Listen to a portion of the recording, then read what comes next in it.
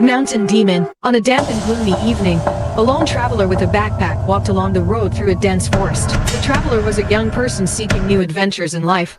However, as the sun slowly set in the west and night began to fall, the traveler gradually lost his sense of direction and became lost in the forest. He kept moving forward, but the darkness around him grew thicker. The weak beam of his flashlight was no longer bright enough to clearly illuminate the path. He felt a surge of anxiety and fear. The eerie night forest, filled with the sounds of insects echoing everywhere, sent chills down his spine. He had no idea how much time had passed, only that it felt like an eternity. Suddenly, he spotted a light in the distance. So, I'm not alone. There are still people around here, he thought to himself. He quickly approached and discovered a small lodge in the middle of the forest. The wooden house, somewhat old and dilapidated, gave him a bit of hesitation. However, the light from inside made the place seem more reliable. Hoping to find shelter for the night, he knocked on the door. Within 5 seconds, an old woman's voice called from inside.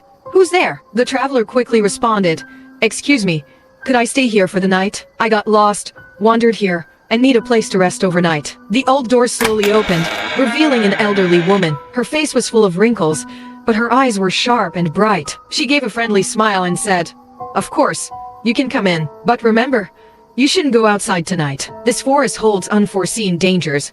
The traveler felt fortunate to have encountered such a kind old woman. He quickly stepped inside. Before him was a cozy space with a warm fireplace, a rocking chair, and a simple wooden dining table. He felt more comfortable and reassured.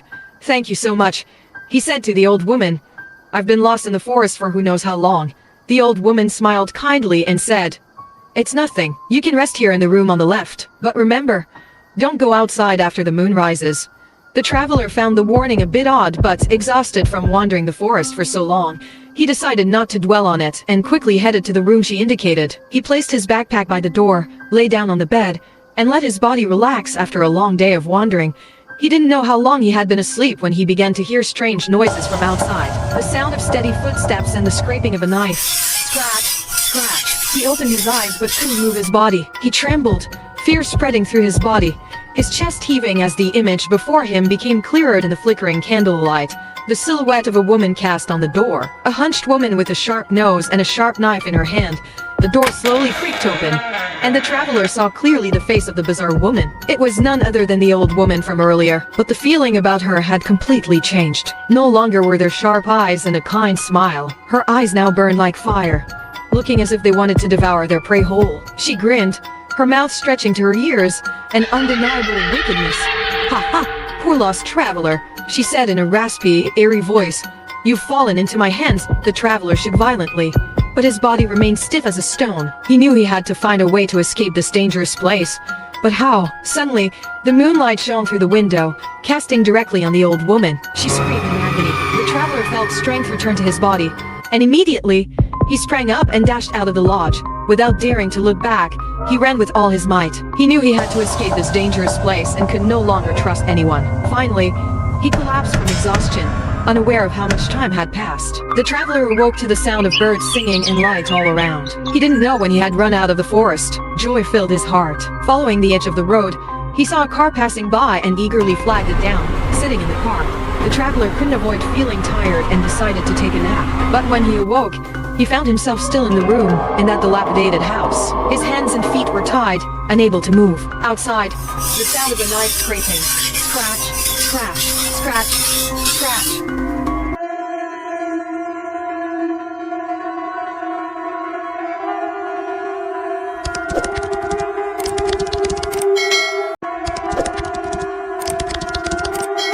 The devil counts the plates. In an ancient mansion nestled deep within a dense forest, where towering old trees created a mystical and romantic scene, the classic beauty of the mansion reflected the grandeur and power of ancient families. The mansion, built from earthy red bricks with grand stone columns and thick walls, appeared from afar like a majestic old castle, its glossy red-tiled roof crowning the top and creating a magnificent image of pride and opulence. On a cold evening, the moonlight shone through the windows, casting specks of light on the dining table in one of the rooms. There, a maid named Lan, a kind and diligent woman who had served the wealthy family for many years, was preparing dinner. Unfortunately, she accidentally broke one of the precious porcelain plates from a set of 10. The sound of the porcelain crashing to the floor shattered the silence in the room. The maid quickly used a cloth to pick up the pieces, feeling scared and anxious. The master cherishes this porcelain set. I'm sure I'll be severely punished, she thought to herself, unaware that a broken plate would cost her life. The mansion's master, Mr. Thang,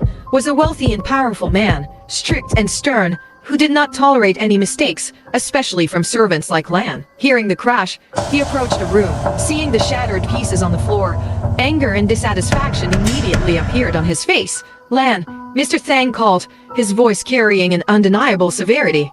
What's this? Lan turned around, her eyes filled with fear. I'm sorry, master. I broke a plate. I'm really very sorry. Mr. Thang looked at her with cold eyes. This set of plates is a family treasure, passed down through generations. Breaking one means ruining the entire set. Lan, do you understand that this cannot be undone? Lan nodded timidly, unable to look him in the eye, feeling deeply remorseful for her carelessness. Unfortunately, Lan, you know the house rules. I cannot tolerate the destruction of such a valuable asset, Mr. Thang said, his voice steely and cold. In an instant, Lan's emotions became chaotic. She couldn't believe what was happening. As she tried to apologize and promised it would never happen again, Mr. Thang turned away, took the sword hanging on the wall, drew it from its sheath, and stabbed it straight into her heart. Lan couldn't react in time. She fell to the floor, blood gushing from the deep wound in her chest. Mr. Thang glanced at her once, then turned his back, leaving horror for the witnessing servants. The poor maid's body was thrown into the well in the backyard,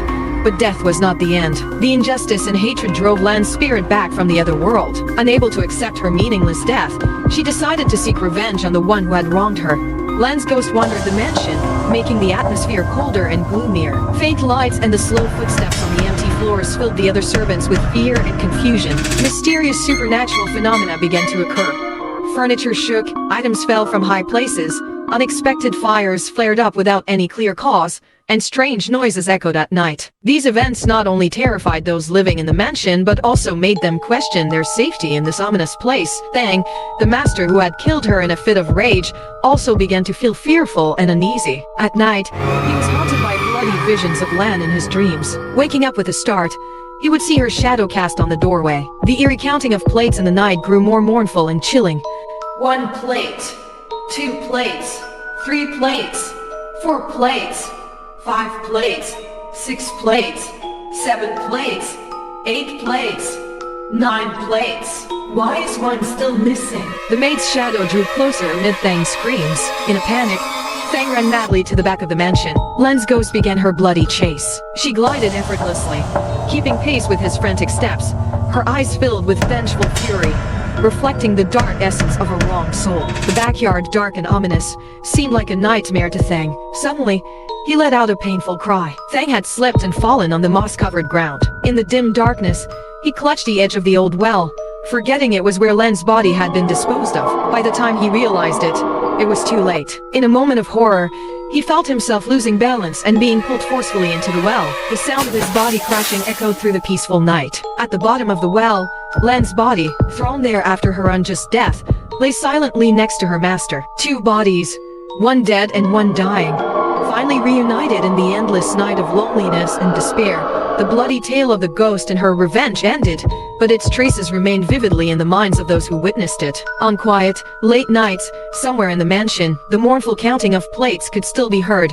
1 plate, 2 plates, 3 plates, 4 plates, 5 plates, 6 plates, 7 plates, 8 plates, 9 plates. Why is one still missing?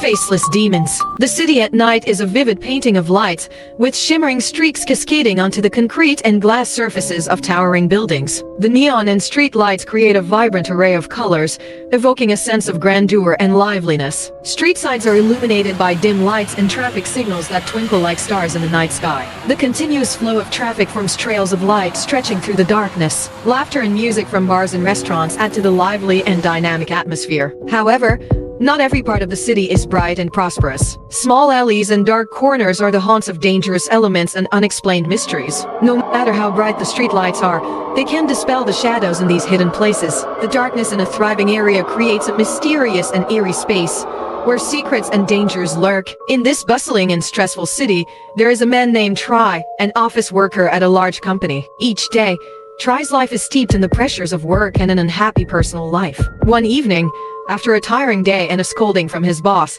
Try decided to go drinking to alleviate his worries. He stepped out of the office, merging into the crowded streets. As night fell, Try felt his troubles lessen, and with each drink, he became more reckless. After downing several strong drinks, Try paid his bill and left the bar. Under the influence of alcohol, he had completely lost his self-control and clarity. His steps were no longer steady, but rather wobbly and unbalanced. Try decided to walk home, singing tunes that had no melody and words that made no sense as he went. When he reached a dark corner, his sluggish steps halted, and he turned to look into the darkness. The light from the street lamp flickered in his drunken stupor, and in that moment, he saw the figure of a woman sitting by a lamppost. She had her head down, hugging her knees, her back turned to him, and her shoulders shaking. The girl had a frail, delicate figure, long hair cascading down her back, and pale skin. Her sobs echoed in the quiet night, like cries for help shrouded in agony, akin to the ceaseless laments of a small person trapped in hardship. Try felt the loneliness and helplessness of the girl. He stopped, compassion swelling within him, and quickly decided that he couldn't ignore this sorrowful sight. Try, staggering and unsure, approached the girl with a look of respect and concern, wondering if he could help her in any way. "Excuse me," Try said, his voice gentle but tinged with confusion and pity. Are you okay?" Hearing his inquiry, the girl cried even louder. Try was flustered, unaware that he was falling into a sinister and cruel trap. Can I help you with anything?" Try asked, his breath faintly carrying the scent of alcohol and cigarettes. In his hazy drunkenness, he felt a pang of sympathy for the loneliness and sorrow the girl was experiencing. The girl finally spoke, her voice choked with sadness. I don't know what to do. I'm so miserable. Can you help me with something?" Before his mind could catch up, his heroic nature took over, and Try quickly answered without considering the consequences. "Sure.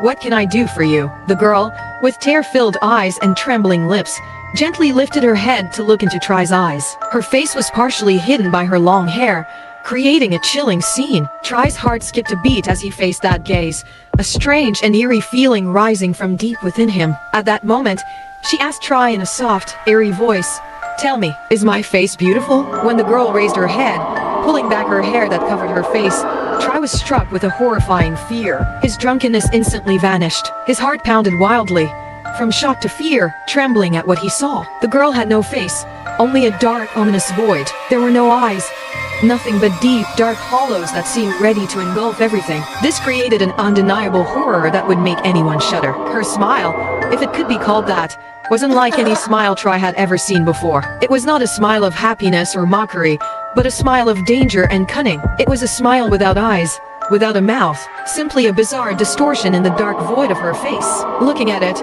Try felt a coldness seep into every cell of his body. He couldn't believe that in this luxurious and modern city, he could encounter such a terrifying entity. It was a horror that should not exist in the real world, yet it was appearing before him like an inescapable nightmare. Realizing the eerie and terrifying nature of the faceless girl, Try immediately took a step back, his mind filled with panic and fear overwhelming his senses. He felt trapped in a nightmare from which he couldn't escape. As the girl approached, persistently asking about her face with her eerie smile, Try could no longer bear it. His survival instinct took over, and he quickly turned around, fleeing from the horrifying scene. His run was frantic, devoid of thought or choice. The streetlights seemed to rush past, his footsteps a desperate attempt to escape the haunting figure. Not knowing how far he had run, Try was relieved to see a food cart ahead. "There are people, thank goodness," he thought. A small light shone from the corner of the cart, revealing the figure of the vendor washing dishes. Try ran closer, trying to catch his breath and hastily recounting, "Sir, I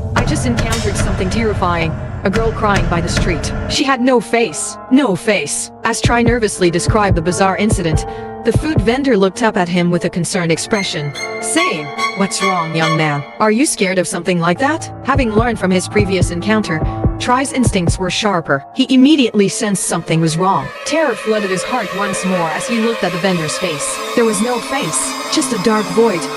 Nothing but emptiness. The chill from the darkness So much horror in such a short time made his heart feel like it would explode. No, no way, Troy cried out, but his weak and trembling voice only amplified the terror of the night. He tried to back away, but was powerless against the demonic presence before him. Is my face beautiful? The man asked in a hoarse, sinister voice with a strange, twisted smile. In a swift, mysterious move, he took away Troy's face. The excruciating pain caused Troy to collapse to the ground, screaming in helplessness and paralysis. Each breath became shallow, but the pain only intensified. Troy felt his face being torn apart, bloodied. In the darkness, the man sobbing filled with despair was a harbinger of hopelessness, and right before him was an inescapable doom.